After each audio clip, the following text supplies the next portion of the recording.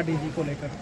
चलो, मुझे लगता है कि हमारा नेतृत्व में वो जहाँ चलने के लिए तैयार हैं, उसमें मुझे कोई आपत्ति नहीं है।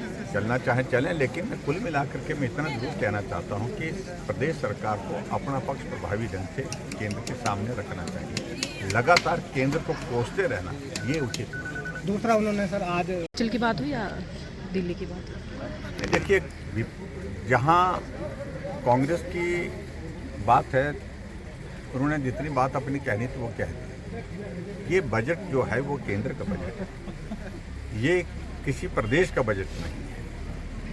लेकिन प्रदेश के बहुत सारी चीज़ों को उसमें ध्यान में रखते हुए केंद्रीय बजट में प्रोविज़न किए हैं और हिमाचल प्रदेश को लगातार उसमें मदद के रास्ते जो है पहले भी खुले रहे हैं, अभी भी मदद के लिए बहुत बड़ी उसमें गुंजाइश थी। सिर्फ एक फैसले को लेकर के ज़्यादा शोर डालने की कोशिश हो रही है कि रेवेन्यू डेफिसिट ग्रांट जो है वो बंद कर दी गई। और रेवेन्यू डेफिसिट ग्रांट जो है वो पिछली बार भी बंद करने की दिशा में कदम आगे बढ़े थे, टेपर डाउन तो कर ही दिया था। इससे बड़ा इंडिकेट साफ हो गया था कि रेवेन्यू डेफिसिट ग्रांट जो है अब की बार नहीं मिलेगी। और अब की बार रेवेन्यू डेफिसिट ग्रांट अगर नहीं मिली तो उसको कंपनसेट करने के लिए जो टैक्स में जो स्टेट का हमारा शेयर है उसको इंक्रीज किया, 10% की इंक्रीज है, उससे कंपनसेट करने की कोशिश की। इसके अलावा अलग अलग सेक्टर है जिसमें बजट प्रोविज़न और ज़्यादा इन्हांस करके बढ़ा करके पर्वतीय राज्यों को, हिमाचल जैसे राज्यों को उसमें मदद मिलेगी। और वैसे भी हिमाचल प्रदेश में स्टेट गवर्नमेंट आज की तारीख में करके रही है। अगर डेवलपमेंट के काम हो रहे हैं तो केंद्र सरकार की वजह से हो रहे हैं। प्रधानमंत्री ग्राम सड़क योजना के माध्यम से सड़कें बन रही हैं, CIRF केंद्र सरकार की ओर से, उसके कारण सड़कें बन रही हैं, उस बजट से सड़कें बन रही है।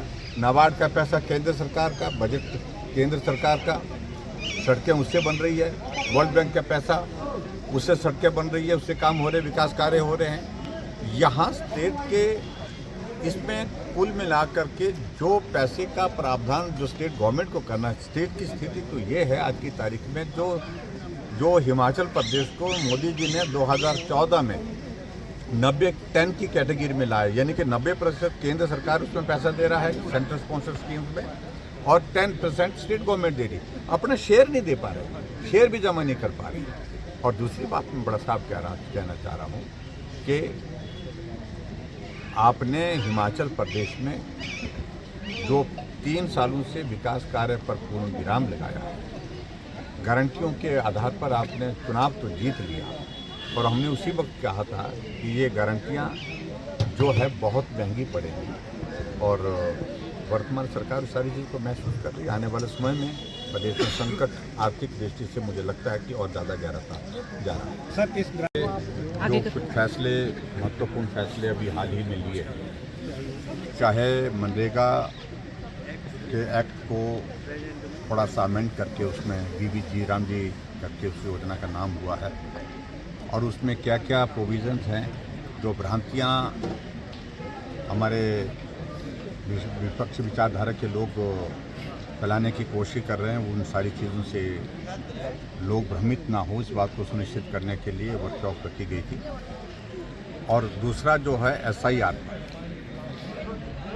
हमारी पार्टी का बड़ा स्पष्ट मत है कि जो उस सारी चीज़ को लेकर के भी नीचे तक जो गलतफहमियाँ डालने की कोशिशें हमारे विपक्षी दलों की ओर से हो रही हैं, विपक्षी विचारधारा की लोगों की ओर से, तो उनको रोकना चाहिए।